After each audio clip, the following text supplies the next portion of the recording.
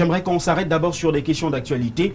D'abord, celle relative au ramassage des ordures ménagères dans la ville de Douala. Il se dit des choses, monsieur le délégué. La presse a évoqué un chiffre, 7 milliards de francs CFA de dettes, d'argent impayé auprès d'Isakam par le gouvernement de la République du Cameroun. La communauté urbaine de Douala est en contrat avec cette entreprise. Avez-vous payé votre part? Oui, je voudrais vous dire qu'il y a des providences qui sont salutaires.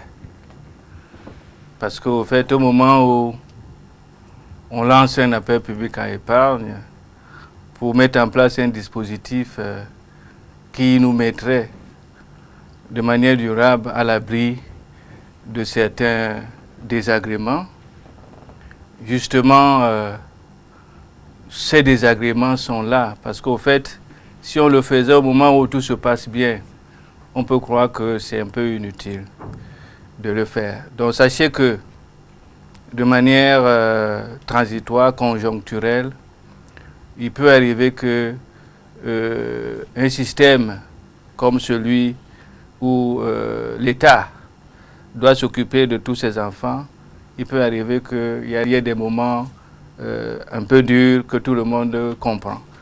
Donc la situation de ramassage des ordures est une situation conjoncturelle et je crois que dans les jours qui suivent, quand Isakam sera payé, je crois que on va amorcer les paiements, puisqu'il y a une partie qui est payée par la communauté urbaine et une partie qui est payée directement par le ministère des Finances. Donc les dispositions sont en train d'être... Si ce n'est pas un secret d'État, de combien se chiffre votre dette auprès de cette entité? Et combien avez-vous exactement reversé?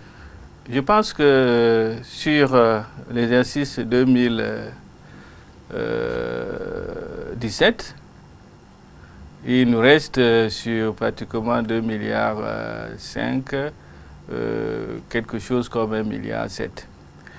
Et les prestations qui ont commencé depuis janvier, il faut les comptabiliser aussi. Donc ce qui fait que rien que pour la ville de Douala, on est au-delà de 2,5 milliards, 2,8 milliards.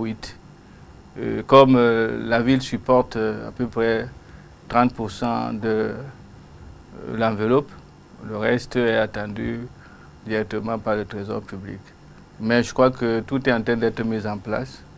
Vous savez, on a connu cette situation avant la fin de l'année. L'État a résolu partiellement et vous avez vu que les choses sont arrangées. Et dans les jours qui suivent, je crois que les choses vont s'arranger. Alors vous qui êtes proche de la source officielle, puisque vous êtes un fonctionnaire, je l'ai indiqué à l'orée de ce programme, le problème se situe à quel niveau aujourd'hui? C'est au niveau de la trésorerie de l'État? C'est le trésorier payeur qui ne veut pas payer les factures? C'est l'État du Cameroun qui a des problèmes de tension de trésorerie? Il n'y a pas l'argent dans les caisses? Il y a une tension de trésorerie qui se comprend. Parce qu'au fait, l'État a plusieurs défis à relever. Je ne vais pas entrer dans les détails, je n'ai pas été mandaté pour cela. Mais je dis souvent que quand vous avez beaucoup d'enfants et tout le monde se porte bien, la maison aussi se porte bien et équilibrée dans les dépenses, dans tout ce qui se fait.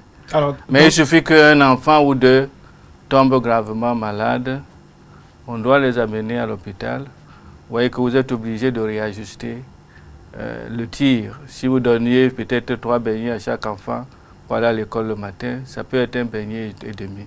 Je voudrais que cette image-là inspire tout le monde et que ça soit une façon aussi pour nous de participer à l'effort que l'État fournit pour que, au fait, nous ayons tout ce qui est précieux, la paix, la concorde et autres. Donc, je ne vais pas entrer dans plus de détails. Vous avez-vous le sentiment que l'État a donc l'intention de payer sa facture?